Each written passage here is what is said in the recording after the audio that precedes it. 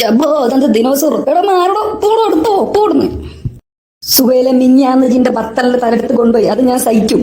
ഇന്നലെ ജിന്റെ മാന്തലിന്റെ മുള്ളെടുത്ത് കൊണ്ടുപോയി, അതും ഞാൻ സഹിക്കും. ഇന്ന് ജിന്റെ കിടക്കുന്ന കയറി കുത്തിരിക്കാന്ന് പറഞ്ഞാൽ ഞാൻ സഹിക്കൂല. ഇറങ്ങി പോടാ.